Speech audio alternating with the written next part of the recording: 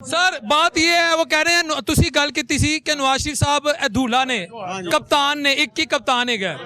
Sir बेटा इधर हो जाओ, कप्तान एक ही होंगे किसी शादी का, यानी दूल्हे शादी का दूल्हा एक, टीम का कप्तान एक।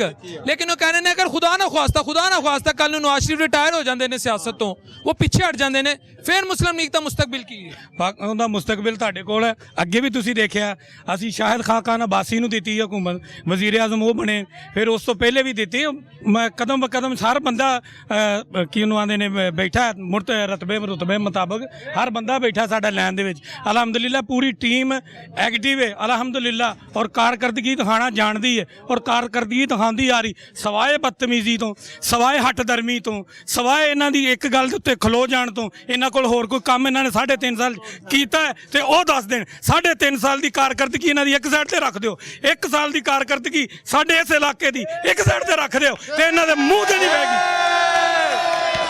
और कहीं 17 अरब रुपया डॉलर मुल्क विच लिया गया, 17 अरब डॉलर का हिसाब किहदे कोल है? ਇਹਨਾਂ ਗੱਲਾਂ ਤੋਂ ਇਹਨਾਂ ਨੂੰ ਆਪਣੇ ਲੀਡਰ ਨੂੰ ਉਸ ਮਕਾਮ ਤੱਕ ਪਹੁੰਚਾਤਾ ਹੈ। ਬੰਦ ਗਲੀ ਦੇ ਵਿੱਚ ਇਹਨਾਂ ਲੋਕਾਂ ਨੇ ਪਹੁੰਚਾਤਾ ਹੈ। ਗਲੀ ਮੱਲੇ ਵਾਲੇ ਲੋਕ ਜਿਹੜੇ ਹੁੰਦੇ ਸਪੋਰਟਰ ਨੇ, ਰੈੱਡ ਲਾਈਨ ਹੈ, ਉਹ ਰੈੱਡ ਲਾਈਨ ਨੂੰ ਬਲੈਕ ਲਾਈਨ ਕੀਤਾ ਤੇ ਕਹਿੰਦੇ ਇਹਨੂੰ ਕੋਈ ਅੰਦਰ ਨਹੀਂ ਪਾ ਸਕਦਾ। ਉਹਨੂੰ ਅੰਦਰ ਪਾਇਆ, ਹੁਣ ਅੰਦਰ ਪਾ ਦਿੱਤਾ ਤੇ ਹੁਣ ਕਹਿੰਦੇ ਨੇ ਜਨਾਬ ਨੂੰ ਉਹਨੂੰ ਕੋਈ ਕੱਢ ਨਹੀਂ ਸਕਦਾ, ਉਹਨੂੰ ਕੋਈ ਫਾਂਸੀ ਨਹੀਂ ਦੇ ਸਕਦਾ। ਉਹਨੂੰ ਉਹ ਅੰਦਰ ਤੁੰਨ ਦਿੱਤਾ, ਉਹਨੂੰ ਦੇ ਦਿੱਤੀ ਹੈ ਸਜ਼ਾ, ਅੰਦਰ ਵਾੜ ਦਿੱਤਾ। ਹੁਣ ਅੰਦਰੋਂ ਕੀ ਕਹਿੰਦੇ ਨੇ, ਸਭ ਦਾ ਸੱਜਣ ਸਭ ਦਾ ਯਾਰ, ਕੈਦੀ ਨੰਬਰ 804। ਉਹ ਕੋਈ ਸ਼ਰਮ ਕਰੋ, ਉਹ ਕੋਈ ਸ਼ਰਮ ਕਰੋ, ਕੋਈ ਹਯਾ ਕਰੋ। ਉਸ ਗਰੀਬ ਨੂੰ, ਚੰਗੇ ਭਲੇ ਨੂੰ, ਉੱਥੇ ਬੈਠੇ ਨੂੰ ਵਜ਼ੀਰ ਆਜ਼ਮ ਸੀ, ਇਹਨਾਂ ਨੇ ਉਹਨਾਂ ਨੂੰ ਖੁੱਡੇ ਲੈਣ ਲਵਾ ਦਿੱਤਾ, ਉਹਨਾਂ ਨੂੰ ਅੰਦਰ ਤਨਵਾਤਾ ਗਰੀਬ ਨੂੰ। ਮੈਂ ਮਜ਼ਾਕ ਨਹੀਂ, ਤੁਹਾਡਾ ਇੱਕ ਸਿਆਸੀ ਵਿਜ਼ਨ ਮੈਨੂੰ ਇੱਥੇ ਨਜ਼ਰ ਆ ਰਿਹਾ ਹੈ। ਤੁਸੀਂ ਕਿਹਦੀ ਸੋਬਤ ਤੋਂ ਪਲੇ ਹੋ? ਤੁਹਾਡਾ ਸਿਆਸੀ ਗੁਰੂ ਕੌਣ ਹੈ? ਸਿਆਸੀ ਗੁਰੂ ਮੀਆਂ ਮੁਹੰਮਦ ਨਵਾਜ਼ ਸ਼ਰੀਫ ਹੈ, ਠੀਕ ਹੈ। ਔਰ ਅਸੀਂ ਸਿਆਸਤ ਸ਼ੁਰੂ ਕੀਤੀ ਹੈ, ਵਹੀਦ ਗੁੱਲ ਸਾਹਿਬ ਉੱਠ ਕੇ ਗਏ ਨੇ, ਅਸੀਂ ਗਲੀਆਂ 'ਚ ਨਾਅਰੇ ਲਾਉਂਦੇ ਫਿਰਦੇ ਸਾਂ, ਤੇਰਾ ਗੁੱਲ ਮੇਰਾ ਗੁੱਲ, ਵਹੀਦ ਗੁੱਲ 2005-7 ਦੇ ਵਿੱਚ ਹਾਜੀ ਅਸ਼ਰਫ ਸਾਹਿਬ ਆ ਗਏ, ਸਾਡੇ ਉਸਤਾਦ ਨੇ। ਇਹ ਵੀ ਅਸੀਂ ਇਹਨਾਂ ਦੇ ਮਗਰ ਕਦਮ ਤੇ ਕਦਮ ਰੱਖ ਕੇ ਚੱਲ ਰਹੇ ਹਾਂ। ਮਗਰ ਮੈਂ ਇਹਨਾਂ ਨੂੰ ਕਹਿੰਦਾ ਕਿ ਅਸੀਂ ਵੀ ਆਪਣੇ ਲੀਡਰ ਨੂੰ ਮੰਨਦੇ, ਮਗਰ ਸਿਰਫ ਕੀ ਕਰਨੇ ਆ, ਦੇਖੋ ਕੌਣ ਆਇਆ, ਸ਼ੇਰ ਆਇਆ, ਸ਼ੇਰ।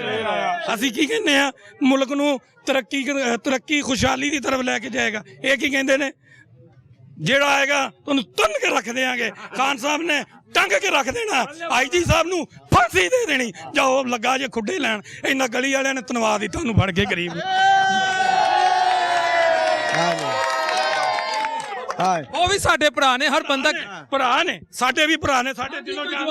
नहीं मैं तो जवाब बोलना नहीं है, मैं पहले भी ये गल करने, मैं पहले भी ये बात करने, मेरे बात सुन, मैं पहले भी ये गल करने कि मैं सियासत का बात करना नहीं है, मैं एक बात करने। ये लोग कहते नवाज शरीफ आ रहे, नवाज शरीफ आ रहे, ठीक है। नवाज शरीफ कहते नवाज शरीफ सियासतदान, मैं क्या नवाज शरीफ कल अल्लाह ना करेगा, ना होएगा, फिर हमारा मुल्क पे कौन हुकूमत करेगा? मैं ऐसी सोच करने, अपना सोच करने, और बात कोई नहीं है ऐसे।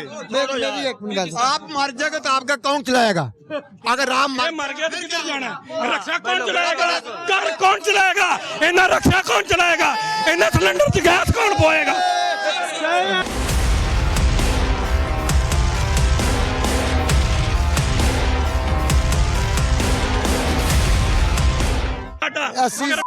प्यार च पागल हो गया। ਅਸੀਂ ਮਹੱਲੇਦਾਰ ਆ, ਭਰਾ ਵਾ ਆਪਸ ਵਿੱਚ। ਹਾਂ ਕਿਸੇ ਪਾਰਟੀ ਨਾਲ ਕੁਛ ਦਾ ਤਲਕ ਹੋਵੇ, ਲੇਕਿਨ ਸਾਨੂੰ ਆਪਸ ਵਿੱਚ ਇਤਫਾਕ ਚ ਰਹਿਣਾ ਚਾਹੀਦਾ। बस और चौधरी इशफाक जिंदाबाद। थैंक यू व्यूअर्स, ये मोहल्ले में एक अवामी जज्बात आपने देखे, मुख्तलिफ आरा होती हैं, लेकिन खूबसूरती ये है कि जो दलील और दलाइल दिए गए उसमें कहीं भी बदतहजीबी नज़र नहीं आई। एक मोहल्लेदारी, एक दूसरे का रख रखाव और प्लस टॉलरेंस लेवल। अगर ये टॉलरेंस लेवल जो गली की सतह पे बर्दाश्त का मादा, अगर ये नेशनल सतह पर आ जाए तो आप यकीन करें बहुत सारे मसाइल हल हो जाएं। जब आपका टॉलरेंस देखें, 2 काउंटर आर्ग्यूमेंट थे, 2 मुख्तलिफ आर्ग्यूमेंट थे, 2 मुख्तलिफ नज़रियात थे, लेकिन वो खान साहब जो थे और ये जो बाकी हमारे जो सीनियर लीडरान हैं इस गली के, ये जो कारकुनान हैं, चेयरमैन साहब हैं, इन्होंने जिस तरीके से एक दूसरे को आर्ग्यूमेंट्स दिए उसमें हंसी भी आई, लेकिन उन आर्ग्यूमेंट्स में जान भी नज़र आई। जो सच है मैं तो वो दिखाऊंगा और कहता हूँ। तो अल्लाह करे यही लेवल हमारे नेशनल लेवल पर आ जाए, ये लेवल जो इस गली में मौजूद है। तो जो अदम बर्दाश्त का, जो एक नफरत का जो इस वक्त एक माहौल है, मैंने ख्वाजा सलमान रफीक साहब से भी एक बात की कि इस वक्त जो पॉलिटिकल टेम्परेचर काफ़ी हाई है उसको लोअर करें, क्योंकि हर बंदा हमारा है। कोई बाहर से नहीं है। जब हम अदम बर्दाश्त का जो एक वो फलसफा या एक अदम बर्दाश्त की पॉलिसी है उसको निगेट करेंगे और बर्दाश्त करने के फलसफे को जब हम ऊपर लेकर जाएंगे तो आप यकीन करें इसका भी बड़ा फायदा होता है। किसी भी घर की तबाही के पीछे चाहे वो किसी भी शख्स का सबसे बड़ी जो वजह होती है ना इत्तेफाकी। हमारा मैसेज होता है ये नहीं है कि हमने दो बंदे लड़ा दिए, नहीं, जब आप आर्ग्यूमेंट करें उसमें पॉजिटिविटी हो, उसमें एक पॉजिटिव जेस्चर हो, उसमें एक पॉजिटिव मज़ा हो। अगर उसमें एक वो आपको एक जिसे साढ़े पंजाबी च कहते हैं जुगतबाजी भी लानी है तो ओदे भी तहजीब के दायरे के अंदर लाओ ताकि मावा भैना धियां जो भी सुनो कह नहीं यार मियाँ साहब ने, चौधरी साहब ने, खान साहब ने जेड़ी गल की ओदे अंदर कोई गुस्सा, कोई नफरत अंगेजी, कोई शिद्दत पसंदी वो नहीं सी। तो यह पॉजिटिव मैं इतों लैके जा रहे हैं तहरीर जी आर्गूमेंट हुई है that should be the part of our Pakistani political culture. बहुत शुक्रिया सर। चौधरी साहब, नफरतें हो गई, लड़ाइयाँ हो गई, झगड़े हो गए, बड़ा कुछ नुकसान हुआ इस मुल्क का। मैं इसको एक यूसी लेवल पर एक आम जो वर्कर है मुस्लिम लीग नून का, मैं चाहता हूँ चलें आज वही इब्तिदा करें जिस तरह ख्वाजा सलमान रफीक साहब ने की। अब मोहब्बत, प्यार, रवादारी, एक दूसरे को बर्दाश्त करने का जो कल्चर है इसको आप कैसे सोच सकते हैं, ये कैसे परवान चढ़ाया जाए? ਜਦੋਂ ਅਸੀਂ ਆਪਸ ਵਿੱਚ ਬੈਠਾਂਗੇ ਇਕੱਠੇ ਤੇ ਇਨਸ਼ਾਅੱਲਾ ਸਾਰੀਆਂ ਨਫ਼ਰਤਾਂ ਜਿਹੜੀਆਂ ਨੇ ਉਹ ਖਤਮ ਹੋ ਜਾਣਗੀਆਂ। ਤੇ ਅਸੀਂ ਸਾਰੇ ਮਹੱਲੇਦਾਰ ਆ ਜਿਹੜੇ ਪੀਟੀਆਈ ਵਾਲੇ ਨੇ ਜਾਂ ਦੂਸਰੀਆਂ ਜਮਾਤਾਂ ਵਾਲੇ ਨੇ, ਅਸੀਂ ਇੱਕ ਜਗ੍ਹਾ ਤੇ ਰਹਿਣ ਵਾਲੇ ਆ, ਸਾਡਾ ਦੁੱਖ ਸੁੱਖ ਸਾਂਝਾ। ਸਹੀ ਗੱਲ। ਅਸੀਂ ਨਹੀਂ ਚਾਹੁੰਦੇ ਕਿ ਪਾਰਟੀਆਂ ਨੂੰ ਅਸੀਂ ਘਰ ਦੀ ਝਗੜੇ ਦੇ ਵਿੱਚ ਲਿਆਈਏ। ਬਾਕੀ ਹਰ ਬੰਦੇ ਦਾ ਇੱਕ ਨਜ਼ਰੀਆ ਹੈ, ਜਿੱਥੇ ਉਹ ਜਾਣਾ ਚਾਹੁੰਦਾ ਚਾਹਵੇ, ਲੇਕਿਨ ਜਿੱਥੇ ਰਹੀਏ ਉੱਥੇ ਪਿਆਰ ਮੁਹੱਬਤ ਨਾਲ ਰਹਿਣਾ ਚਾਹੀਦਾ। अखलाक दे। चौधरी साहब, यह सोच उत्ते लेवल पे क्यों नहीं जा रही, यह सोच मुल्की सतह पे क्यों नहीं है पनप रही? ਇਹ ਇਨਸ਼ਾਅੱਲਾ ਕੋਈ ਚੰਦ ਸਾਲਾਂ ਦੇ ਵਿੱਚ ਜਿਹੜੀ ਹੈ ਨਾ ਇਹ ਨਫ਼ਰਤ ਵੈਸੇ ਹੀ ਖਤਮ ਹੋ ਜਾਏਗੀ, ਕਿਉਂਕਿ ਜੋ ਕੁਝ ਮੁਲਕ ਨਾਲ ਹੋ ਚੁੱਕਾ ਹੈ ਨਾ, ਅਗਰ ਇਸ ਮੁਲਕ ਨਾਲ ਇਸੇ ਤਰ੍ਹਾਂ ਹੀ ਹੁੰਦਾ ਰਿਹਾ ਨਾ ਤੇ ਫਿਰ ਤੇ ਮੁਲਕ ਹੀ ਨਹੀਂ ਨਾ ਰਹੇਗਾ।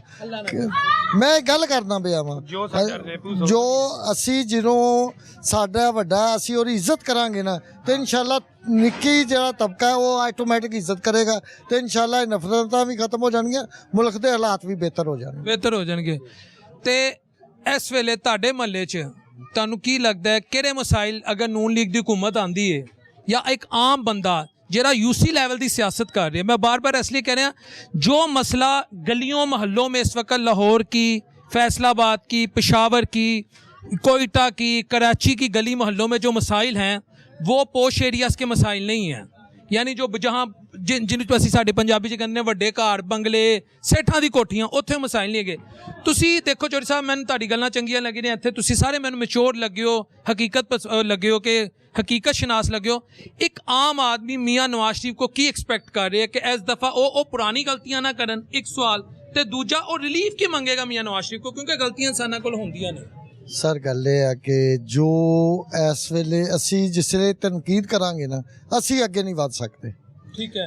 ਜਿਸ ਵੇਲੇ ਅਸੀਂ ਪਿਛਲੀਆਂ ਗੱਲਾਂ ਨੂੰ ਖਤਮ ਕਰਕੇ ਚੱਲਾਂਗੇ ਤੇ ਇਨਸ਼ਾਅੱਲਾ ਇਸ ਮੁਲਕ ਵੀ ਤਰੱਕੀ ਕਰੇਗਾ ਤੇ ਸਾਡੇ ਲੋਕਾਂ ਦੀ ਗੁਰਬਤ ਵੀ ਖਤਮ ਹੋਏਗੀ। ਤੇ ਮੀਆਂ ਨਵਾਜ਼ ਸ਼ਰੀਫ ਕੋ ਐਕਸਪੈਕਟ ਕੀ ਕਰਦੇ ਹੋ ਕਿ ਆ ਕੇ ਜਦੋਂ ਮੀਆਂ ਨਵਾਜ਼ ਸ਼ਰੀਫ ਸਾਹਿਬ ਕੋ ਤੁਸੀਂ ਚਾਹੁੰਦੇ ਕਿਉਂ ਕਿ ਅਗਰ ਉਹਨਾਂ ਦੀ ਹੁਕੂਮਤ ਆਂਦੀ ਹੈ, ਜਿਹੜਾ ਇੱਕ ਮੁਸਲਿਮ ਲੀਗ ਨੂਨ ਦਾ ਵਰਕਰ ਨਜ਼ਰੀਆ ਰੱਖ ਰਿਹਾ, ਜਿਹੜੀ ਉਹਦੀ ਉਮੀਦ ਹੈ, ਸੋਚ ਹੈ, ਉਮੀਦ ਸੇ ਯਕੀਨ ਤੱਕ ਦੇ ਤੁਸੀਂ ਬੈਨਰ ਵੀ ਲਾ ਚੁੱਕੇ ਹੋ, ਕੀ ਚਾਹ ਰਹੇ ਹੋ ਕਿ ਮੀਆਂ ਨਵਾਜ਼ ਸ਼ਰੀਫ ਕੀ ਕਰੇ ਕਿ ਘੱਟੋ ਘੱਟ ਉਹ ਸਕੂਨ ਸੁੱਖ ਦਾ ਸਾਥ ਆਏ ਨਾ? ਸਰ ਸਾਡੀ ਇਹ ਕੋਸ਼ਿਸ਼ ਹੈ ਕਿ ਪਹਿਲੇ ਨੰਬਰ ਤੇ ਮੁਲਕ, ਉਸ ਤੋਂ ਬਾਅਦ ਲੋਕਾਂ ਦੀ ਗੁਰਬਤ, ਕਾਰੋਬਾਰ ਹੋਣਗੇ ਤੇ ਇਨਸ਼ਾਅੱਲਾ ਸਾਰੇ ਮਸਾਇਲ ਹੱਲ ਹੋ ਜਾਣਗੇ। यानी तुसी भी समझते हो गुर्बत हैगी, जी महंगाई है। बिल्कुल है, बिल्कुल है।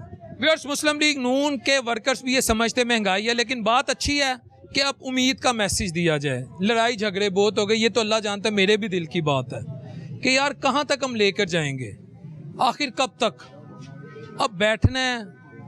देखें, मेरे घर में हो सकता है मेरा सगा भाई, मेरे वालिद साहब, आपके घर में आपके चाचू, आपके मामू वो नज़रिया रखते हैं जो आपके नज़रिए से बिल्कुल ऑपोजिट है, बिल्कुल मुख्तलिफ है।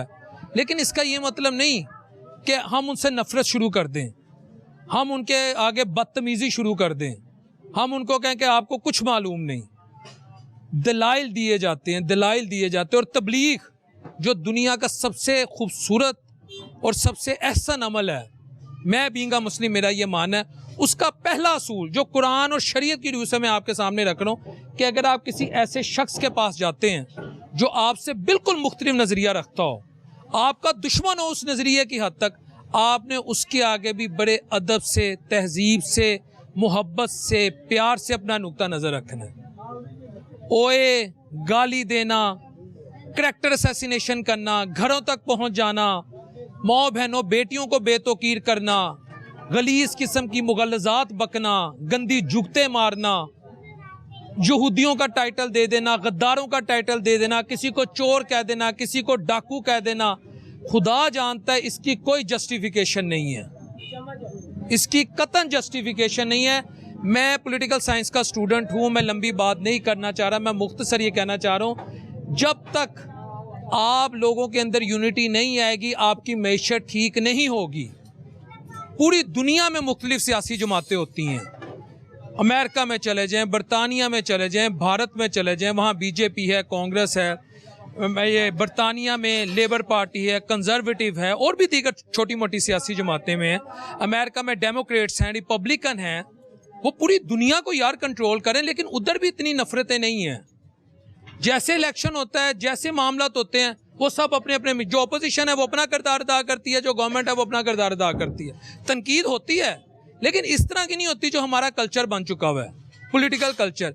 इसकी इब्तिदा किसने की है ये मुझे नहीं पता, मैं यहाँ ये बहस नहीं शुरू करूँगा, लेकिन इसका इख्तिताम तमाम सियासी जमातों को करना है, चाहे पीटीआई हो, चाहे नून लीग हो, चाहे पीपीपी हो, चाहे जेयूआईफे हो, चाहे एमक्यूएम हो, जितनी भी सियासी जमातें हैं, उन्हें अब इसके इख्तिताम के लिए कोशिश करनी है। अब ये इलेक्शन ईयर है, अल्लाह ना करे अगर ये नफरत का लेवल इसी नहज पे रहता है तो खुदा जानता है लोग बर्दाश्त नहीं करेंगे, क्योंकि मैं कोई गलत बात की। इस नफरत के लेवल को ख़त्म करें, बाकी नफरत ख़त्म होगी, मुल्क तरक्की करेगा। इस दुआ के साथ कि अल्लाह अपने हबीब अलैहिस्सलाम के सदक़े हम सबके लिए आसानियाँ पैदा करे। अगले प्रोग्राम तक अपने होस्ट मोहम्मद डॉक्टर बिलाल शफीक को इजाज़त दीजिए। अल्लाह ने के बाद।